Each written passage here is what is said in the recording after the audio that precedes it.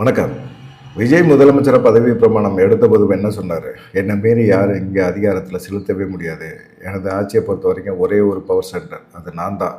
நான் எடுக்கிற முடிவு தான். நான் எடுக்கிறது எனக்கு கீழே தான் எல்லாருமே கட்டுப்பட்டு செயல்படணும். மக்களுக்கு நல்லது தான் பண்ண போகிறேன் அப்படின்லாம் பேசினார். முதலமைச்சர் விஜய் மட்டும் அவர் கட்டுப்பாட்டில் கட்சி இருக்கும் அப்படிங்கிற மாதிரி ஒரு எண்ணத்தை உருவாக்குனார்.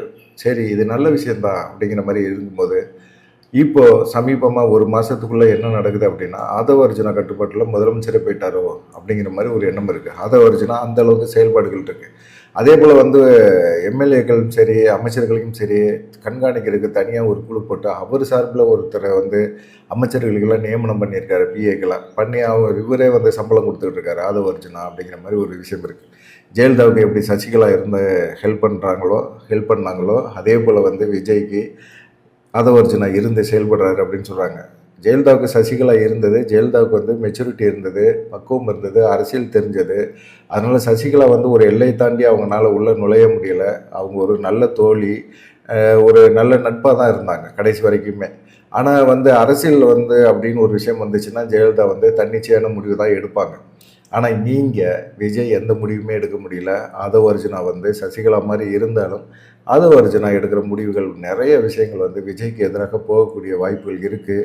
ஆதவ அர்ஜுனா மெல்ல மெல்ல விஜயை மடை மாற்றுறாரு. விஜய் மக்களுக்கு செய்ய வேண்டிய, விஜய் முகத்துக்காக ஓட்டு போட்ட மக்களுக்கு விஜய்னால எதுவுமே செய்ய முடியாத ஒரு இக்கட்டான ஒரு சூழ்நிலையை ஆதவ அர்ஜுனா உருவாக்குறாரு அப்படிங்கிற மாதிரி ஒரு விஷயம் இப்போ பரபரப்பாக அரசியல் வட்டாரங்களில் பேசப்படுது அப்படிங்கிற மாதிரி சொல்கிறாங்க.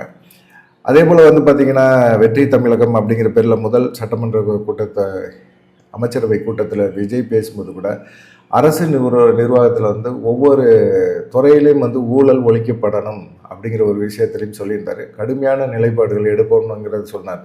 இதனால் ஐஏஎஸ் ஐபிஎஸ் அதிகாரிகள் மட்டத்தில் மிகப்பெரிய ஒரு வரவேற்பு இருந்தது. முதலமைச்சர் இப்படி சொல்கிறாரு, ஊழலை கட்டுப்படுத்தணும்னு சொல்கிறாரு அப்படின்னு சொல்லி சில அமைச்சர்கள் உற்சாகத்தில் இருந்தாங்க. ஆமாம், இது நம்ம தொடர்ந்து அமைச்சராக இருக்கிறதுக்கும், தொடர்ந்து தாவேக தமிழக மக்கள் மனசில் இடம்பெறதுக்கும், தொடர்ந்து ஆட்சியை தக்க வைக்கிறதுக்கும் இந்த விஷயம் ரொம்ப நல்ல விஷயமா இருக்கும். டெண்டர்லாம் வெளிப்படையாக டெண்டர் நடக்கும் அப்படிங்கிற மாதிரி சொன்னாங்க.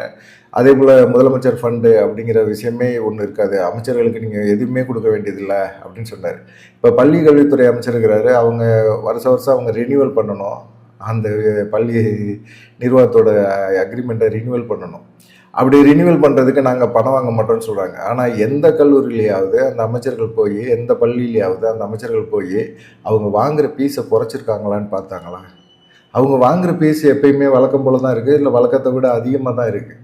ஆனால் இவங்க நாங்கள் ஊழல் வாங்க மாட்டோம், நாங்கள் இது பண்ண மாட்டோம் அப்படின்னு சொல்லிட்டு இவங்க பள்ளிக்கு தான் இவங்க சப்போர்ட்டாக போகிறாங்க. நாங்கள் லைசன்ஸுக்கு நாங்கள் காசு வாங்க மாட்டோம், கடந்த ஆட்சிகள் போல் நாங்கள் காசு வாங்க போகிறது இல்லைன்னு சொல்லிட்டு வாங்கலை. ஆனால் பள்ளி மாணவர்கள்ட்ட ஃபீஸை குறைச்சிருக்காங்களான்னா அது குறைக்கல, அது முன்ன காட்டிலும் அதிகமாக தான் இருக்குது. இதெல்லாம் அமைச்சர்கள் செயல்படுத்தணும். ஏன்னா அப்போ நிறைய கஷ்டப்படுற குடும்பத்தை சேர்ந்தவங்க தான் போய் பள்ளியில் படிக்க வைக்கிறாங்க. ஒரு பையனை ஒரு 10th படிக்க வைக்கிறான்னா அவனுக்கு வருஷத்துக்கு 1,00,000-லேருந்து 1,25,00,000 ரூபா செலவாகுது. இதை குறைக்கிறதுக்கு அமைச்சர் ராஜ்மோகன் என்ன பண்ணார் அப்படிங்கிற ஒரு கேள்வி தான் இப்போ மக்கள் மனசில். நீங்கள் பள்ளிக்கு உதவி செய்யாதீங்க, பள்ளியில் படிக்கிற மாணவர்களுக்கு என்ன உதவி செய்ய முடியும் அப்படிங்கிற ஒரு எண்ணத்துக்கு வாங்க அப்படிங்கிற மாதிரி இருந்தார். இவர் அமைச்சர் ரமேஷ், அறநிலைத்துறை அமைச்சர் ரமேஷ், அவர் கோயிலில் போய் விற்பனை செய்கிற இடங்களில் இந்த மேனுஃபேக்சரிங் டேட்டு சரியா, இது 15ன்னு போட்டு 15ஆம் தேதி தான் தயாரிச்சாங்களா அப்படிங்கிற மாதிரி கேள்வியெல்லாம் கேட்டு கடைக்காரனை குழப்பி விட்டுட்டு அவர் பாட்டுக்கு வந்துட்டார். விஐபி தரிசனம் அவருக்குண்டு, அமைச்சர்னு சொன்னால் அவருக்கான ஒரு இது உண்டு, அவர் அந்த லைனில் போகலாம். இல்லை நான் பொதுமக்களோட மக்கள், நானும் ஒருத்தன் தான் அப்படின்னு சொல்லி அந்த சீன் போடுறது வேலையெல்லாம் இருக்குல்ல, அதெல்லாம் கரெக்டாக பண்ணுறாங்க. கனிம வளத்துறையில் அமைச்சர் பிரபு அவர் இறங்கி செயல்பட்டார். டக்கு புக்குன்னு ஒரு அனுமதியின்றி செயல்பட்ட குவாரிகளை எல்லாம் நாங்கள் மூடுவோம்னு சொன்னார். சரி, அது ஒரு நல்ல விஷயம். அமைச்சர் விக்னேஷ் 717 டாஸ்மாக் கடைகளை, கோயில் பக்கத்தில் இருக்க கடைகளை நாங்கள் மூடுவோம்னு சொன்னாங்க. ஆனால் அது பிரைவேட் பாராக வந்துருச்சு எல்லாருமே. அது எல்லாமே என்ன பண்ணுறதுன்னே தெரியல, மக்களுக்கும் என்னத்தை பண்ணுறதுன்னு தெரியல, என்ன செய்கிறதுன்னு தெரியல.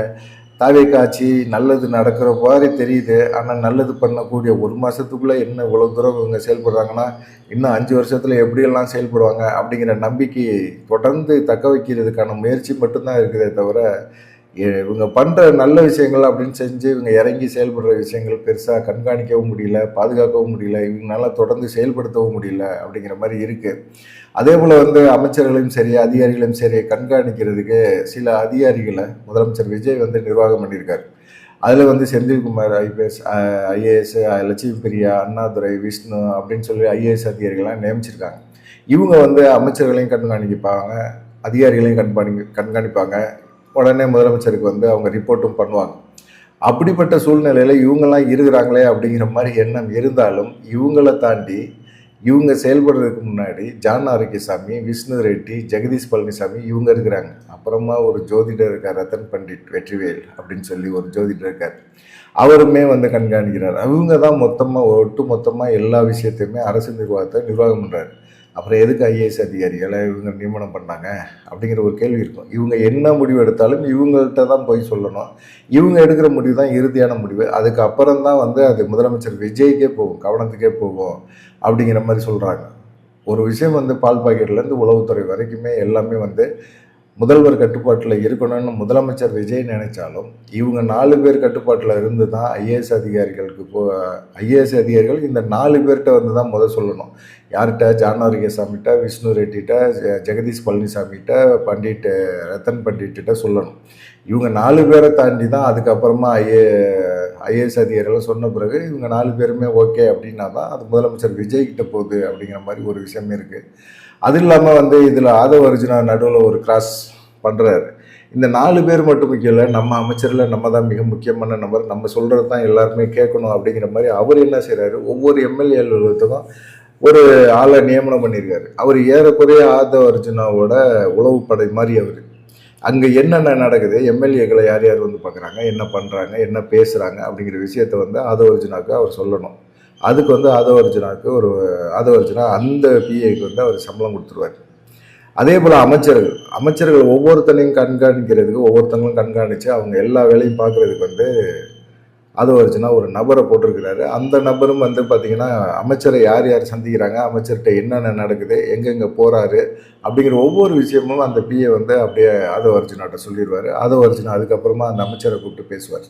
இப்படி தான் நடந்துகிட்டு இருக்கு. இது ஆதவ அர்ஜுனா கட்டுப்பாட்டுக்குள்ளே எல்லா அமைச்சரும் போனோன்னே அவங்களுக்கு எல்லாத்துக்குமே மிகப்பெரிய ஒரு சங்கடமாக இருக்குது. முதலமைச்சர் தானே, விஜய் பேச்சை கேட்குறதுல தப்பு கிடையாது. ஆனால் ஆதவ அர்ஜுனா ஏன் நடுவில் போட்டு இப்படி வந்து சொல்ல போகிறாரு? ஆதவ அர்ஜுனா இப்போ எதுக்க முடியாது, கட்சியை வந்து வழி நடத்தினதே ஆதவ அர்ஜுனா தான் செலவு பண்ணியிருக்கிறாரு. ஆதவ அர்ஜுனா இப்போ எழுத்துக்கிட்டோம்னா நம்மள்ட்ட இருக்கிற அமைச்சர் பதவியை கூட பிடுங்கிடுவார், 6 மாதம் கழிச்சு பிடுங்கிறதுக்கான வாய்ப்புகள் கூட இருக்குது அப்படிங்கிற மாதிரி ஒரு பயம் அவங்கள்ட்ட இருக்குது. அமைச்சர்கள்ட்ட எல்லாம் இளம் அமைச்சர்கள் தானே, அவங்களுக்கு இன்னும் பிடிபடவே இல்லை. ஆனால் பார்த்தீங்கன்னா ஆதவ அர்ஜுனா உட்பட சில அமைச்சர்களோட பவரை வந்து விஜய் சுவிட்ச் ஆஃப் பண்ணி வச்சிருக்கிறாரு. ஏன்னா பொதுப்பணித்துறை ஆதவ அர்ஜுனா கட்டுப்பாட்டில் இருந்தாலும் அது சம்பந்தமாகப்பட்ட டெண்டர்களில் முக்கியமான விஷயங்களை ஆதவ அர்ஜுனா எடுக்க முடியாது. ஏன்னா அவருடைய நண்பர் தூத்துக்குடி அமைச்சராக இருக்கிறார்ல, அவர் தான் எடுப்பார், விஜயோட நண்பர் தான் எடுப்பார். ஆனால் ஆதவ அர்ஜுனா எந்த விதமான ஒரு பொதுப்பணித்துறை சம்மந்தப்பட்ட விஷயங்களை தலையிடக்கூடாதுன்னு முதலமைச்சர் விஜய் வந்து ஒரு உத்தரவே போட்டிருக்கிறாரு அப்படிங்கிற மாதிரி இருக்குது. அதனால் ஆதவ அர்ஜுனாவும் கொஞ்சம் அப்செட்டு தான். ஒவ்வொரு அமைச்சர்களுக்கும் ஒரு பிஏ ஒதுக்குனாலும் அவங்க மூலமாக அவங்க என்ன பண்ணுறாங்க விஷயங்களை வந்து அப்படியே ஆதவ அர்ஜுனா கேதர் பண்ணாலும் இது முதலமைச்சர் காதுக்கு போகிறதுக்கு முன்னாடியே ஆதவ அர்ஜுனா காதுக்கு வந்துடுது. ஆதவ அர்ஜுனா அது சம்மந்தப்பட்ட சில முக்கியமான முடிவுகளை எடுக்கிறாரு அப்படின்னு சொல்கிறாங்க. கிட்டத்தட்ட ஒரு 107 எம்எல்ஏக்கள், தாவேக எம்எல்ஏகளுக்கு ஆதவ அர்ஜுனா மட்டும்தான் பிஏக்களை நியமனம் பண்ணியிருக்கிறார். கட்சி சார்பாக ஆதவ அர்ஜுனா சார்பாக நியமனம் பண்ணியிருக்காரு. கட்சி சார்பாக இல்லை, ஆதவ அர்ஜுனா சார்பாக நியமனம் பண்ணியிருக்காரு. அவங்களுக்கு சம்பளமும் தராரு.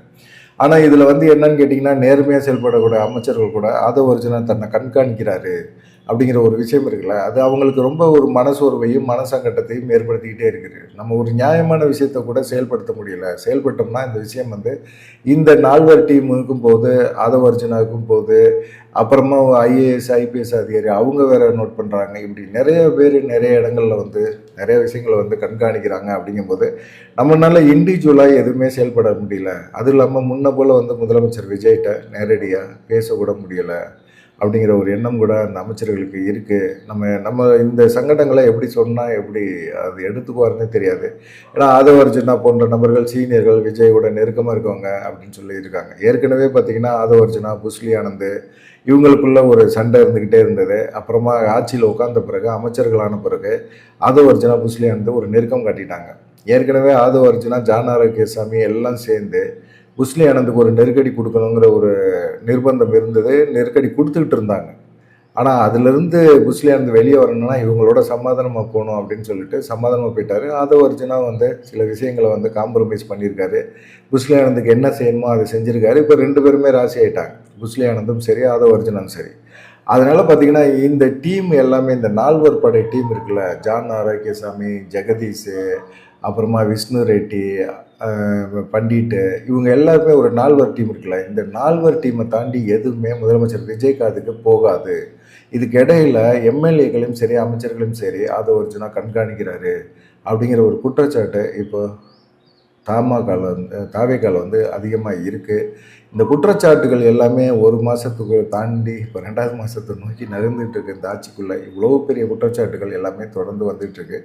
பார்க்கலாம், உட்கட்சி பிரச்சனைகள் அப்படிங்கிறது போக போக பெருசாக ஆகிக்கிட்டே இருக்கும். ஆரம்பத்திலே வந்து அதை கிளி எறிய வேண்டியது முதலமைச்சர் விஜயோட நிலைமை. விஜய்க்கு கவனத்துக்கு கொண்டு போகிறதுக்கான தான் இந்த வீடியோ. நன்றி, வணக்கம். தொடர்ந்து நம்ம சேனலில் முதல் முறையாக பார்க்குறீங்க அப்படின்னா சப்ஸ்கிரைப் பண்ணுங்கள்.